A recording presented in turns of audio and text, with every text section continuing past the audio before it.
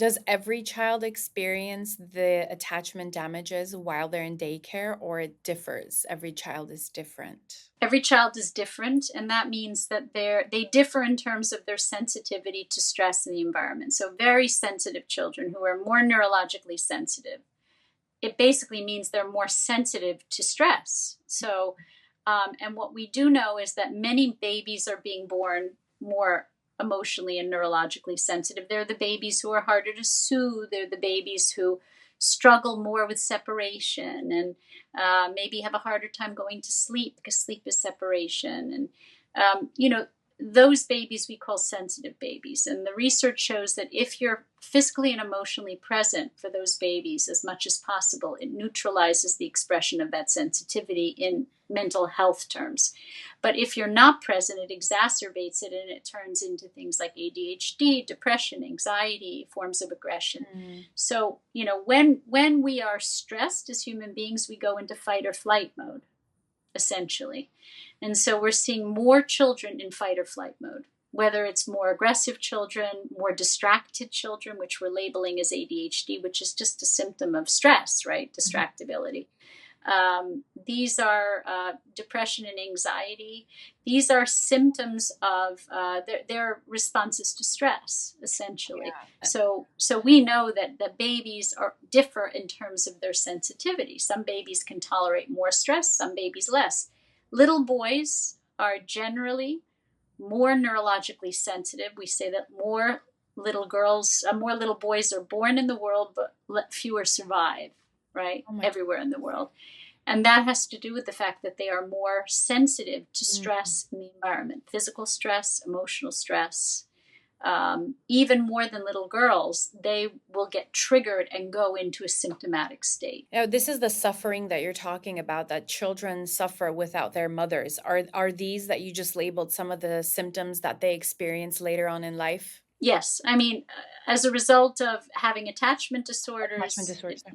different attachment disorders correlate with different forms of mental illness, What do we see anxiety, more? depression. Yeah. What do we see more? Sorry, what do we see more like in little girls and little boys later on? Like I'm noticing boys with ADHD symptoms that are just been, Mhm. misdiagnosed left and right. Yeah, more depression in little girls, more distractibility and aggression in little boys. But that it's not as a general rule. Little girls can be aggressive and distractible, but generally more little boys are aggressive, bite and hit, throw chairs, and more little boys are distractible, meaning they go into flight, and more little girls go into a depressed state.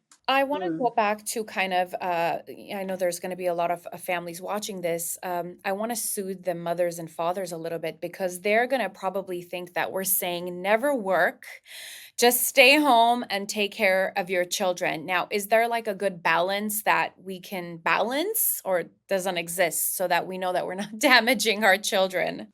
Balance is it is according to the individual children that you have. So if you have more sensitive children, you have to pay attention to that, meaning you can't treat all of your children the same. Maybe you have one child who you can leave 3 hours a day and the other child can't be left at all because they freak out when you leave. So it depends on the individual child. But what I would say is that more is more. The more physically and emotionally you can be present, or at least one primary parent can be present from moment to moment to soothe that baby when they're in distress and provide them with a sense of security, the greater the chance that that child will be mentally healthy. So that means going back to a one working parent family, in a two parent family where one can stay home, or one works primarily outside the home and one works primarily in the home. That doesn't mean that the one that works in the home can't also have some part-time work, but the idea of two full-time working parents, you can't. Children are not self-cleaning ovens. They just aren't. They don't. They don't raise themselves, and you can't expect someone else to raise your children to be healthy, and you can't expect that child to feel safe if you haven't been with them to provide that safety in those early years. So What we're not talking about in society is how do we get back to a place where we can raise children with one person, where we can raise children with a team approach, right? A team approach wasn't a competitive approach. Today, men and women compete because the feminist movement said, you This is go, true. ladies, you go out there and you be more men than men. You beat the men at their own game. And who You can needs be men? more men than men. Yeah, Yeah. And that's what they did. They went out there, they abandoned their so children. true. That generation of women dropped their children like yesterday's old fish wrapped in newspaper. This is true.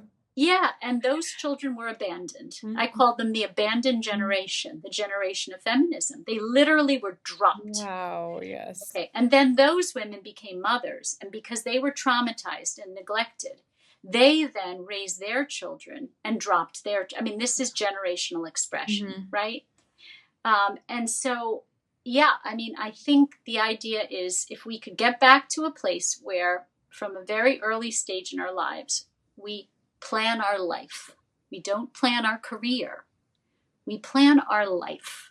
And you teach your daughters and your sons to plan a life, not a career. I have a son in medical school, and his girlfriend is in law school.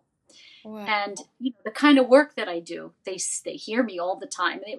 My family could probably get on this podcast and be interviewed by you, and they'd be able to say exactly the same thing because they've heard me so much. So how do you do that? How do you have parents teach that? How did you do that? How did you apply? I have Well, two I kids. I mean, would love to learn. first I modeled, and I Oh, modeled that yes. when they were little, they were my priority. I worked Oh, very little. I worked a little bit outside the home, just enough to pay for me, myself, to pay for a babysitter, not so I could leave my children, but so that when my husband was at work and we had 3 children, it could be 2 on 3, what we call zone defense. oh my. Because 1 on 3 was tough. My mother was ill and my sisters were preoccupied. So for me to have another person, like extended family. So I ended up hiring a 58-year-old woman who I loved, who became like a grandmother.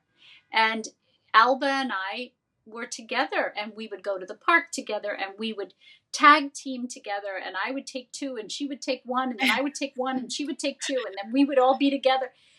And then my husband would come home and Alba would leave, and then it would be my husband. So it's a team approach, you see. It's not competitive. So in those years, it wasn't, can I make as much money as my husband? Can I be as successful as him? Can I be as narcissistically pleased by my career? It wasn't like that. It was, how little can I work and still be able to pay Alba, but be primarily with my children? And so I was love able her to name. yeah. I was able to get away with a couple of hours a day of work, and it was enough to pay Alba. And then I didn't ratchet back up my career until my children were in high school and college. So the idea is that, and even then, I made sure to be home when my children were home and to work when they were in school. So, the day is long. Maybe not long enough for some, but the day is long, and you can do a lot of things in the day, but you can work when your children are at school. And that's ideally, eventually, that's the ideal for mothers, is to not have to work when their children are home, but to work when their children are working. Maria Montessori said children's work is school. So when they're actually 8 years old, 12 years old, 14 years old, when they're at school, you work. Yeah. And when they come home from school, and the ideal is to create the illusion for your children that you're sitting home all day twiddling your thumbs waiting for them to come home. Because my kids used to come home when they were 6, 7 years old, and I'd pick them up at school at 2, and they would come home and we'd bake cookies and make, go to the park and then make dinner and play. And so they said to me, Mommy, what did you do all day waiting for me? Because the illusion was I was waiting for them. They didn't know I was at my practice seeing patients from 9 to 2, and then picking them up. So the ideal is for women to work when their children work. That is the ideal. But when they're under 3, children do not work. They play and they need you. And so more is more. The more present you can be in those years, the healthier your children will be. And there's just no substitute for the time you spend with them. You know, I always say to mothers, you can be physically present and be emotionally checked out. Yeah. You cannot be emotionally present if you are not physically present, period. That is absolutely a myth.